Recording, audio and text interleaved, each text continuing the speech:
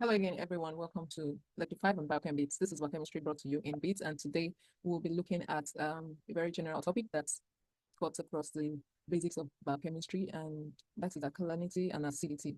And this is also very important because it's important in understanding the biological processes, and also it has some very crucial medical applications. So even we have the junior medical students needs to learn some of those fundamental basics as they proceed. And during the course of this presentation, I'll quickly rush through what acid and base and pH is and how they're important in forming a buffer and also how buffer functions in a biological system and how it applies to us as biochemists. So first I'll talk about water molecules, and which this comes about fundamental basis of acidity and alkalinity. Whenever water hydrolyzes or when water dissociates, it gives us hydrogen ion concentration and hydroxyl ion concentration.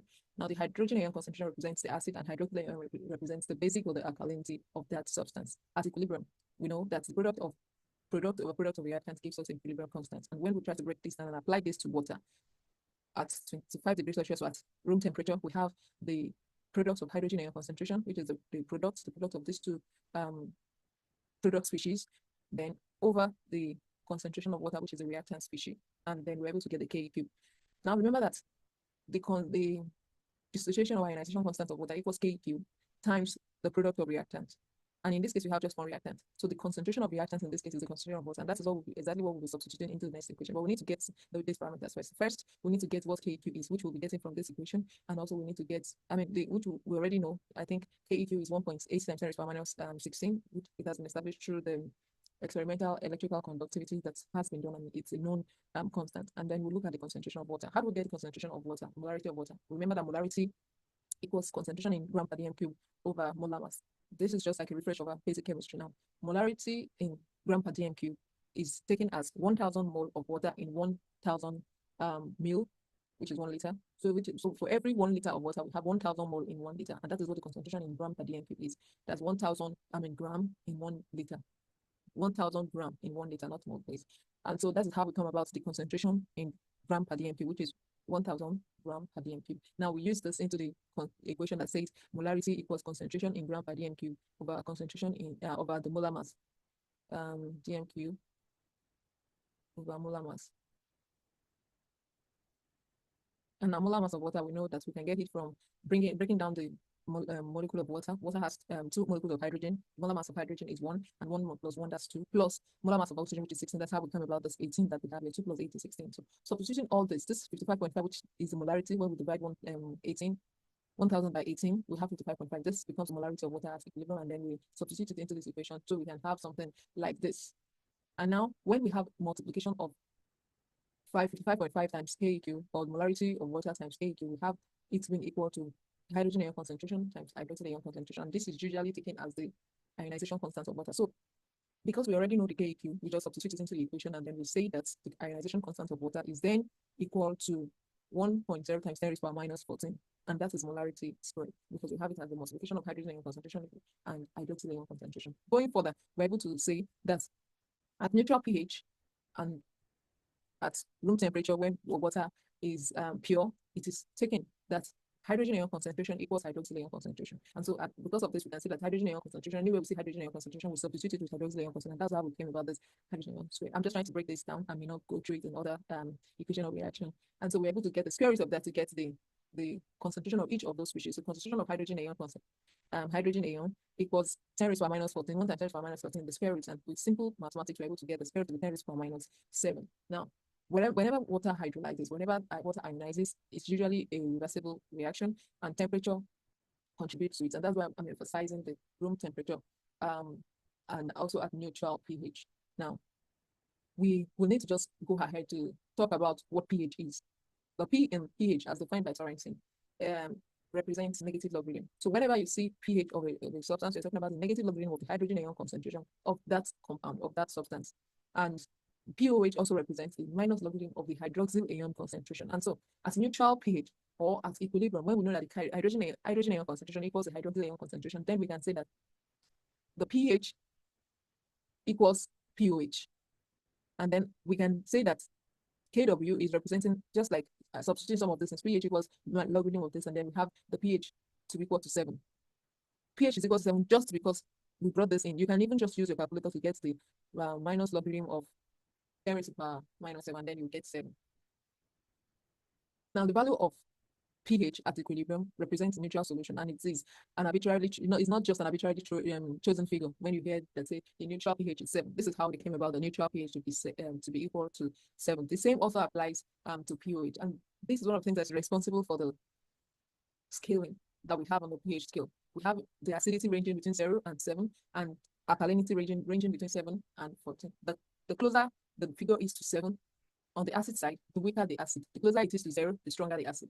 And for pH that are closer to 14, the stronger the acid. For pOH that is closer to pH that is closer to 14, the stronger the base, and pOH that is closer to 7, the weaker the base. And so, for example, in our blood, we have pH to be equal to 7.4. In our stomach, it is 2.0 because of the acid we have in our stomach. We have HCl, and even in some compartments and organelles like lysosome, we have pH equal to 5.0, and that is closer to the neutrality. And most organelles has that system, but there is specification and specialization for the type of pH that or buffer system that each of those systems will have. Now, looking at some very simple calculation, when you have when you're given a hydrogen ion concentration and you're told to get the pH, all you need to do is to get the negative logarithm of that hydrogen ion concentration. Same applies to pOH. And when you're given pH to get it from, well, you're given pOH and you don't know the pH, you can also get it from this equation. pH plus pOH equals 14. Is also a standard and one of the things that I derived today. Now, for example, looking at this equation, when you have pOH to be equal to the hydroxyl ion concentration of a particular substance, you've been given the hydroxide concentration to be 4.0 times 10 to the minus 4. So you're left to calculate the pH. So all you need to do is first use this parameter that you've been given about pH. About the pOH, which is the hydroxyl ion concentration, to first get the pOH.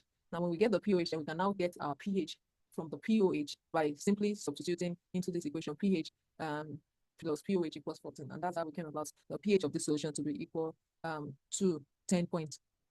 I'm sorry, this should not be 10.62.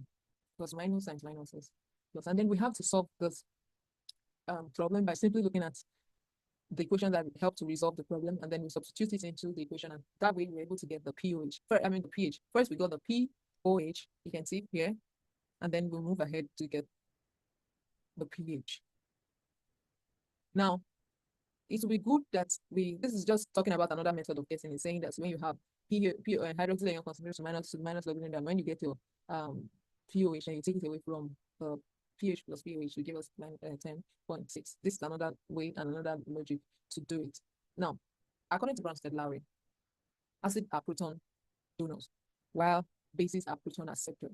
And it is important that we note that when there is a weak acid and weak base, first, what are weak acid, what are weak base? We have strong acid, we have weak base. And based on the pH scale, I was saying the other time that looking at the neutrality, which side as the midpoint on the scale, the closer the number, the pH is to 7, the closer it is to neutrality, and the weaker this acid is.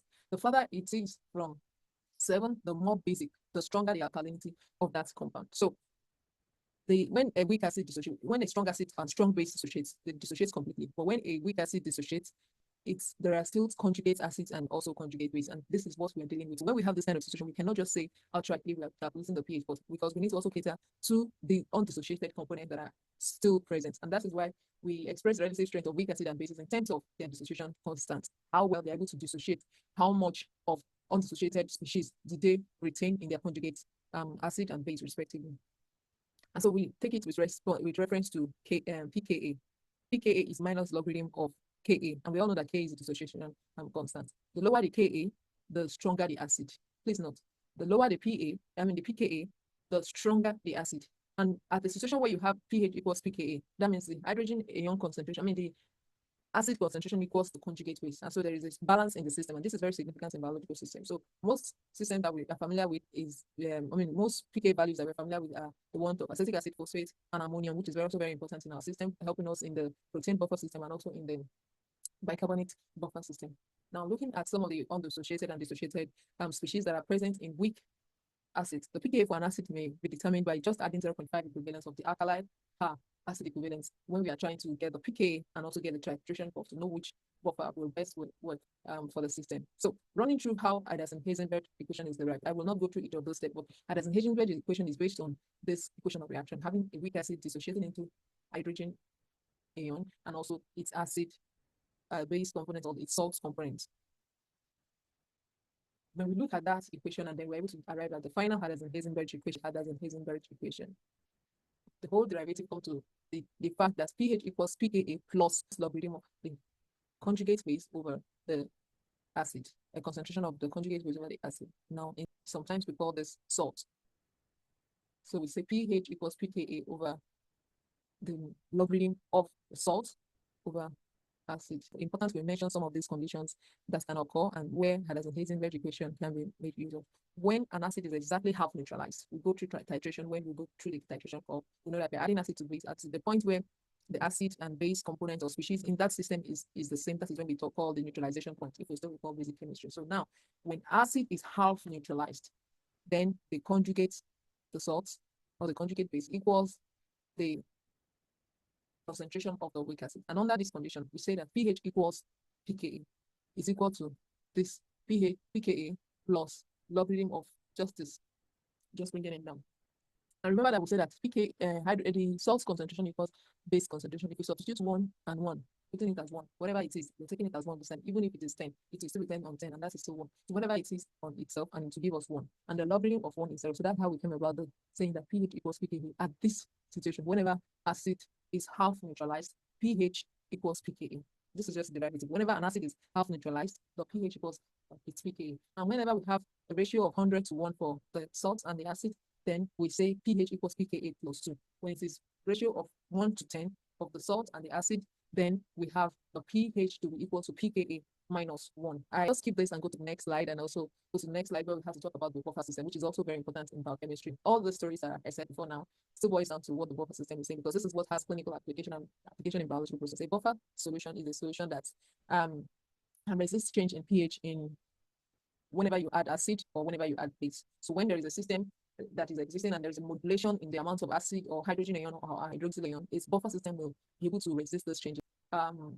Buffer system that we know as defined by Bronsted-Lowry need reference to the weak Bronsted acid and its conjugate base. They always contain the weak Bronsted acid and also the conjugate base, which is also the same thing as saying the weak acid and its salt. Remember when I said the salt is A minus and the weak acid is HA. So now, in the case of base, we also have weak base and its salt. So there are some common buffer systems like the acetate buffer, the phosphate buffer, and the bicarbonate buffer. Of this buffer, the most important the most common one in human biological system is bicarbonate buffer, which forms about 75% of our blood, catering to most of us, the system, and it's what regulates our predisposition to acidosis or alkalinosis. And then when there is a malnutrition in the buffer system, it might degenerate into so many other biological problems. So I'll just move on to when we titrate weak acids and we're trying to get the pKa. Remember I said pKa, pH equals pKa when half of the weak acid has been neutralized. And so this is what's one of the things that they were able to get experimentally. This is just showing how you can experimentally determine your pH from pKa. And so comparing the weak acid, and I'll just go straight to factors that could determine the effectiveness or the capacity of the buffer solution. For this, is just still talking about experimental procedures that we go through and the point at which pH in a titration curve equals pKa, what it represents. And we know that every buffer system contains an acid and its conjugate base, and also the same, it contains a base and its conjugate acid. So what affects buffer? Two major factors affect the effectiveness of the buffer solution. One of it is the molar concentration of the buffer component itself, which could, in most cases, be altered. For example, if you have a 0.1 molar acetate buffer, it can contain 0.05 acetic acid, which is the weak acid, and also 0.05 molar of sodium acetate, which is like the salt or the conjugate base. Now, this 0.1 molar can also be remodulated into 0.065 molar for acetic acid and 0.035 molar for sodium acetate. This modulation can also affect the effectiveness of the buffer system with reference to what you're trying to, the system it's in. And also sometimes we also have the amount, when we have equal numbers, most times it is better when we have the acidic and the basic components being at quantitatively equal concentration. Taking it out the application, we have bicarbonate buffer, hemoglobin, and also plasma proteins. Some of these are very important blood buffers, and they are the one that maintains a system. Any alteration in this thing could lead to things like acidosis. I'll talk about this in the next slide. And pH range for blood is between 7.35 and 7.45. And pKa for bicarbonate, for example, is at 6.1, if I recollect, 6.1. And for the phosphate system, we also have it as 6.8. So, for example, the bicarbonate buffer, this regulation of the balance of the bicarbonate buffer still has to do with the amount of CO2 that to take in, and some of those things can alter. But the system, the bicarbonate buffer, most times resist changes in pH and help us to maintain a balanced system. Most organelles, like lysosome, has some modulations also in their pH, but most times they are close to neutrality. They are not acidic. But in the cytosol, it's very much closer to neutrality. Cytosol links more on, I'm talking about the intracellular space now. The availability of buffer will help to stabilize the system. So, for example, if we don't have, and if you're not excelling enough, if you still have some element of CO2 beyond the expected in the system, the buffer system will mop it up until we're able to form a regulated system. Urine also, the urine may be acidic just from the pH that we're saying. These are some of the body fluid secretions. Urine may be acidic, gastric juice may also be acidic, and also there are also some exceptions to some of these. Some of them are not very close to neutrality, but that space they have, the pH they have, is what is important to keep that system, depending on what the system is. There are many influence system to change this alkalinity, but it's important that we note that buffer represents or prevents some of these marked fluctuations in the hydrogen ion concentrations, especially. For example, the pH of blood stays within 7.3 to 7.5 in a healthy state, as you see in the previous slide. The same also applies to every one of these, the bile, the pancreatic juice, the intestinal juice. So when the limit is exceeded, we can then have some alarming symptoms of some degenerations like acidosis or alkalinosis. And so extracellular fluids, intracellular fluids, and also erythrocytes, which is dependent on the hemoglobin buffer. The hemoglobin buffer is still fundamentally based on the amino acid principle, the protein principle. So it's still depending on the globin in it. The intracellular fluids also depend on the phosphate buffer and also the protein, while the bicarbonates and the protein buffer forms the majority of the blood, the extracellular fluids. Let me briefly talk about these implications of a modulator or distorted buffer system, and why we should pay attention to this, even as biochemists and also as people who are in basic medical sciences. For example, let's talk about pneumonia. How does pneumonia result from pH disorder? When there is an inflammation and maybe there seems to be some sort of blockage in the lungs, and then we don't have opportunity to exhale as much of CO2 that we're supposed to exhale as possible, as I said earlier, then we have retention of CO2 in the system. And the increase in CO2 will lead to increase in bicarbonate formation, that's H2CO3. Concentration increases, and that's acidosis, because for every CO2 that comes by, it takes in a water molecule and becomes H2CO3, and this will cause acidosis in the respiratory tract. When CO2 accumulates over time, the bicarbonate buffer then drops its buffering capacity because it overwhelms the system. And then when the pH comes below 7.35, the pH of the system comes below 7.35 as a result of the hydrogen ion concentration that is high, then the system can definitely not be absolutely buffered anymore like before, because the hydrogen ion concentration has increased beyond the capacity that the buffer system can modulate. Now, let me also talk on diabetes. When diabetes results from, most times, when there is a faulty action of insulin, which then leads to glucose, defects in glucose metabolism, and then the body then turns to using fats, breaking down fats for its metabolic process, and then we have generation of some ketone bodies and leading to some ketoacidosis. Now, it's somewhat overwhelming for the buffer system in this case, because it can lead to metabolic acidosis. When you have more fatty acids breaking down, then you have some acetic acids also building up. When you have more of acetic acid building up, and when the conjugate base is being consumed, remember the balance is no more there. The conjugate acid has to be balanced with the conjugate base. Then when there is a shift in the balance, it can lead to decrease in the blood pH and eventually trigger something that is called hyperventilation, as we can see in the. Let me now just use this opportunity to also chip in hypoventilation. When we don't have opportunity to exhale well, when we have less of carbon dioxide leaving the system, there's accumulation of it in the blood, and excess carbonic acid will be formed. We have more of H2CO3, just as we see in the case of pneumonia when there is a blockage. And this overwhelms the buffering capacity, resulting in what we call acidosis. It's same also as acidosis in the respiratory tract. And this will continue to lead to drop in the pH, despite the buffer system attempting to cater to this. Alkalosis, in this case, also results from excess base or loss of acid, which leads to increased blood pH and also. And we also have this diuretics, when the urine production can cause excessive loss of hydrogen ion concentration. Yeah, and then we have, in this case, hydrogen ion and potassium being eroded into the urine, and then we excrete it. So this would disrupt the normal system of buffer. The acid-base balance is also distorted, and this can lead to metabolic acidosis, as said. Now, vomiting depletes the store. And when, for example, when someone is sick, the person tends to vomit more, and the hydrogen ion is coming out with whatever the output is, and this then overwhelms the system's ability to maintain the normal pH. This eventually affects the pH of the system, and sometimes resultant effect of alkalosis can also lead to vomiting itself. So it becomes worsened when tend to now do something, expel more, and then we have this imbalance in the acid and also the conjugate base of the buffering system. So I took so long on that slide. Let me just quickly go to what this application could be. We have it used in blood gas analysis, and a lot of the doctors will recommend this for people. Then also drug absorption effect. There are some drugs that will not work well in a particular period. That's why some drugs are not taken orally. They have to be taken as injections, so they don't go through some routes that may affect the effectiveness in the system. And also we also use this buffering system or the acidity or alkalinity of the system to diagnose and also to manage some treatments. And these are some of the recommended books that I try to use. I hope I didn't rush through this slide too much because I don't want the video to be too long. But if you do have any question, please try to reach out to me. And if you have more detailed explanation, better than what I just give, simple terms to explain it. This is Biochem Bits. We just want us all to learn more about biochemistry in some very simple terms and also be able to run through some of the basic techniques as we advance in our study.